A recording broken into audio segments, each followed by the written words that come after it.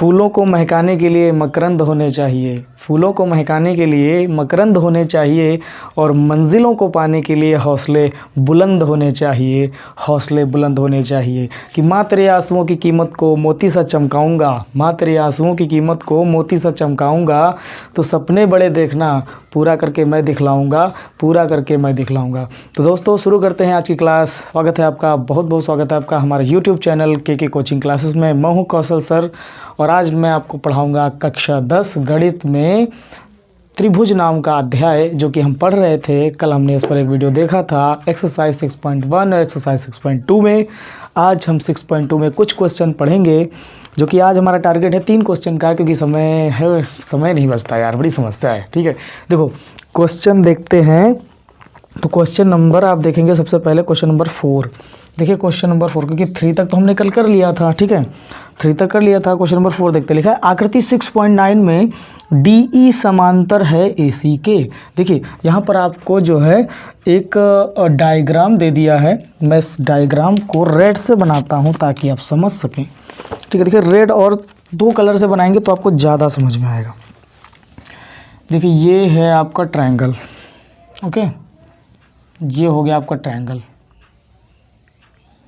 इस तरीके से एक ट्रायंगल बना हुआ है जिसका नाम है A, B और C।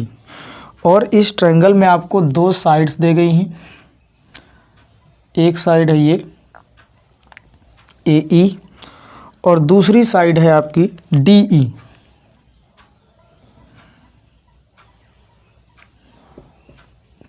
ये हो गई DE, ओके। यहाँ पर एक साइड और बनी हुई है जो कि ये है। ठीक, यहाँ पर बोल दिया है कि जो DE है वो AC के समांतर है। तो AC को भी हम रेड से बना लेते हैं क्योंकि वो उसके समांतर है।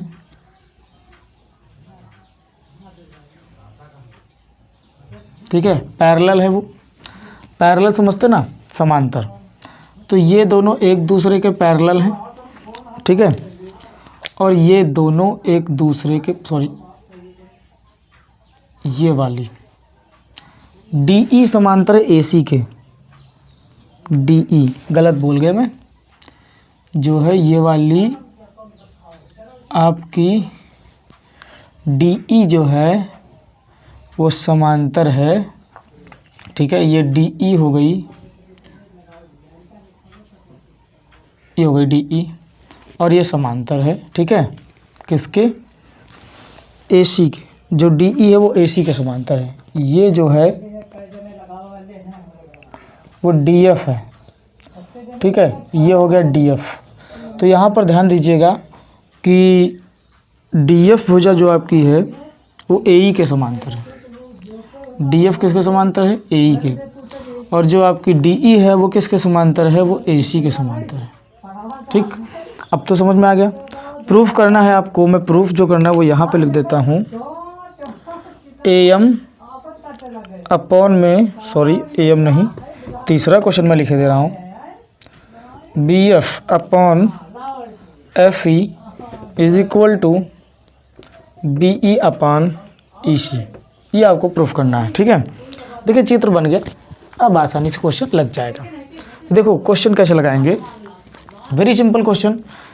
ये आपको बोला है BF upon FE is equal to BE upon EC proof करने के लिए। देखिए आपको यहाँ पर ट्रायंगल बहुत सरल है, टेंशन ना लीजिए। देखिए यहाँ पर कितने त्रिभुज दिख रहे हैं आपको। यहाँ पर सबसे पहले आपको त्रिभुज दिख रहे होंगे। एक दिख रहा होगा ये वाला ABC दिख रहा है, और दूसरा ट्रायंगल दिख रहा है आपको ABE। ठीक है, तो मैं इन दोनों ट्रायंगल को लेता हूँ। सबसे पहले लेंगे हम ट्रायंगल, कौन सा? ट्रायंगल ABC में। ठीक है, ट्रायंगल ABC में। अब ट्रायंगल ABC में हम लगा देंगे समानुपातिक प्रमेय, BPT। क्या लगा देंगे? BPT। ठीक है, BPT, समझ गए? तो यहाँ पर अगर हम थेल्स प्रमेय लगा देंगे, आधारभूत समानुपातिक प्रमेय, तो आधारभूत समानुपातिक प्रमेय कहें या फिर थेल्स प्रमेय कहें, लगा देते हैं तो देखते हैं कि ABC में जो है आपको AC के समांतर DE दिख रहा है। AC के समांतर DE दिख रहा है। और जब तीसरी भुजा के समांतर कोई नेक्स्ट भुजा आ करके दो भुजाओं को काट देती है किसी त्रिभुज में, तो वहाँ पर थेल्स प्रमेय लगता है। तो थेल्स प्रमेय के अकॉर्डिंग ये हो जाएगा आपका, यहाँ से देखेंगे BD/DA आधा बटे आधा, याद है बताया था मैंने आपको कल, BD/DA बराबर BE/EC,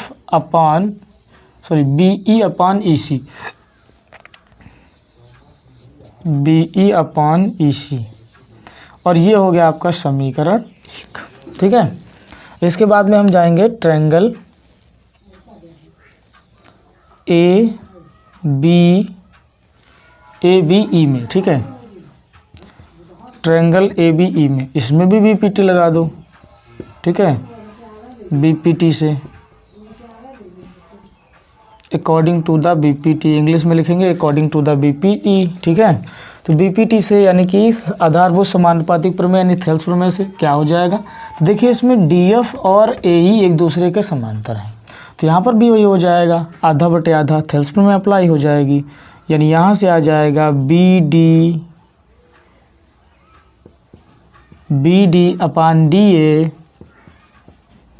बराबर BF/FE।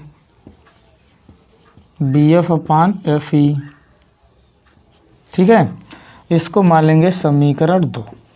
अब समीकरण 2 और 1 को अगर देखें,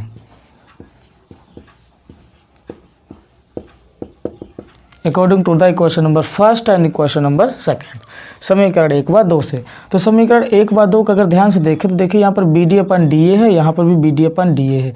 ठीक है, तो यहाँ पर अगर ध्यान से देखा जाए तो इसकी जो LHS हैं वो बराबर हैं। जब भी किसी दो समीकरणों में LHS बराबर होती हैं तो RHS बराबर हो जाती हैं। या फिर यूँ कह लो कि यहाँ से मान उठा के इसमें रख दिया, तो यहाँ से क्या मिल जाएगा, BD/DA का मान है BE/EC, तो हम इसकी जगह पे BE/EC लिख सकते हैं, लिख देंगे इसकी जगह पर BE/EC, तो ये मिल जाएगा आपको BE/EC बराबर, ये लिखा है BF/FE। अब चाहे इसको पलट के लिख लो, इसमें कोई दिक्कत नहीं है, प्रूव हो गया ये। BF/FE बराबर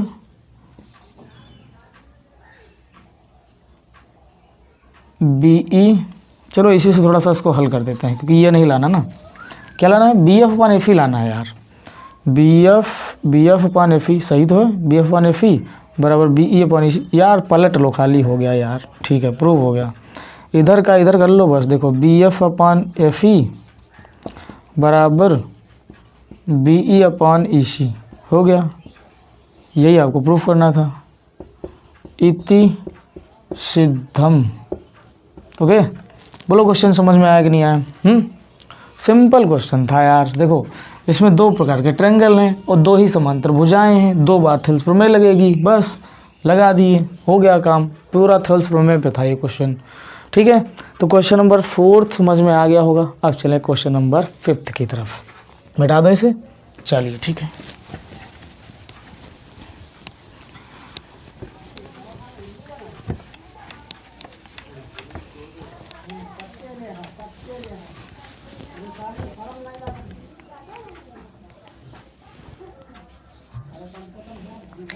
क्वेश्चन नंबर, ये बुक आपकी क्वेश्चन नंबर 5 लिखा है, आकृति 6.20 में DE समांतर OQ और DF समांतर OR, तो फिर सिद्ध करो कि EF समांतर QR। भैया यहाँ पे लगेगी विलोम वाली। ठीक है, एक थेल्स प्रमेय का विलोम होता है। अभी तक हमने थेल्स प्रमेय में पढ़ा था कि भुजाएं समांतर होती थी, दो भुजाएं समांतर होती थी, तो दो भुजाओं को समानुपाती प्रूफ करना पड़ता था। जबकि विलोम में यह होगा कि भुजाएं समांतर दी होंगी, भुजाएं समानुपाती दी होंगी। ठीक है, भुजाएं समानुपाती दी होंगी और आपको समांतर दिखाना होगा, जस्ट उसका विपरीत। ठीक है, सबसे पहले आकृति में आपको बना के दिखाता हूँ कि आकृति में क्या दिया है। देखिए ये आकृति इस तरीके से बनी हुई है।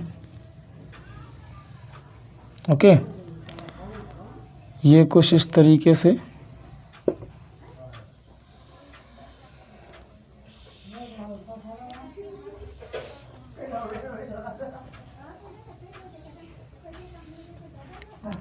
ये हो गया E, ये हो गया F।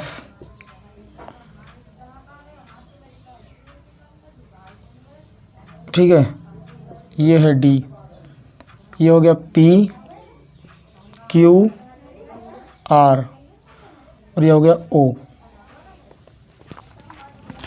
यहाँ से देखेंगे कि इसमें क्या क्या दिया है। इसमें दे रखा है डी ई समांतर है ओ क्यू के और डी एफ समांतर है ओ आर के। प्रूफ करना है आपको ई एफ समांतर क्यू आर, ये आपको प्रूफ करना है। ध्यान से देखेंगे कि ई एफ समांतर क्यू आर हम किस प्रकार से ला सकते हैं। सबसे पहले तो ये समझ लो कि ये दोनों एक दूसरे के पैरेलल हैं, ये दोनों एक दूसरे के पैरेलल हैं। अगर ऐसा कंडीशन है तो सीधी सी बात है कि इस त्रिभुज के लिए थेल्स प्रमेय अप्लाई कर सकते हैं। तो चलिए करते हैं। ट्रायंगल पी ओ क्यू में बीपीटी से, किससे? बीपीटी से, ठीक है। बीपीटी मतलब थेल्स प्रमेय यानी आधारभूत समानुपाती प्रमेय। तो इसमें देखेंगे कि ईडी समांतर है क्यू ओ के या ओ क्यू के। तो यहाँ पर आपका थेल्स प्रमेय लग जाएगा। क्या लग जाएगा थेल्स प्रमेय? कि पी ई बराबर ई क्यू, पी ई अपान ई क्यू आधा बटे आधा बराबर पी डी अपान डी ओ, पी डी अपान डी ओ। इसको कह दो समीकरण 1, ठीक है। इसी तरीके से लगा दो ट्रायंगल ये वाला पी ओ आर में बीपीटी से, ठीक है। यहाँ बीपीटी लगा देंगे तो यहाँ भी वही आएगा जो है पी डी अपान डी ओ, मतलब पी एफ अपान, चाहे ऐसे लिख लो पी डी अपान डी ओ, पी डी अपान डी ओ बराबर P F upon F R.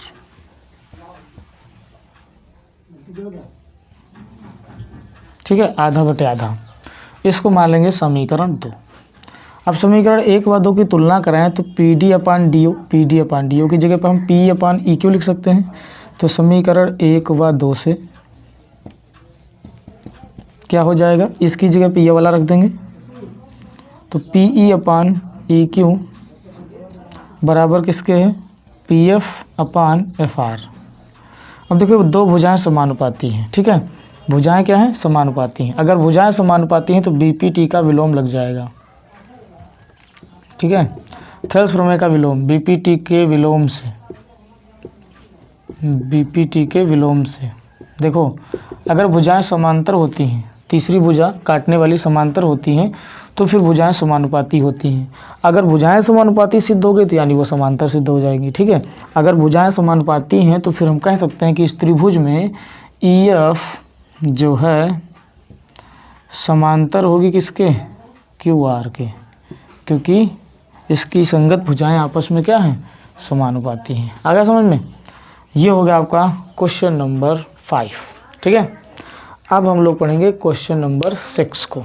चलिए क्वेश्चन नंबर 6 कर लेते हैं, इसको मिटा देते हैं, ठीक है। क्वेश्चन नंबर 6 मैं बार बार घड़ी देख रहा हूँ क्योंकि लेट हो जाता है। मैं मॉर्निंग में क्लास ले रहा हूँ, बज रहा है 8 और कोचिंग भी 8 बजे की है, तो आज मैं पूरी तरीके से लेट हो गया हूँ, ठीक है। कोचिंग में एक बच्ची आती है पढ़ने सुबह सुबह, अनीता मैम उसे पढ़ाती हैं, तो जिसकी वजह से अनीता मैम को लेकर मुझे भी जाना पड़ता है, यानी कि मेरी बहन अनीता मैम, वो उसे इंग्लिश पढ़ाती हैं सुबह सुबह 6 बजे। इंग्लिश, हिंदी, मतलब उसे सब कुछ पढ़ाना पड़ता है, छोटी बच्ची है। देखो आकृति 6.21 में क्रमशः O P O Q O R पर स्थित बिंदु, चलिए ठीक है, आकृति बनी हुई है तो ज़्यादा पढ़ने की ज़रूरत नहीं है। ये है आपका डायग्राम, थोड़ा सा लेंथी बना हुआ है चित्र। ये हो गया आपका ओ बिंदु, इस तरीके से ये ओ हो गया, ये यहाँ पर है, ये यहाँ पर है, इसको इससे कनेक्ट कर दिया, इसको इससे कनेक्ट कर दिया, इसको इससे कनेक्ट कर दिया, ठीक है। ये हो गया A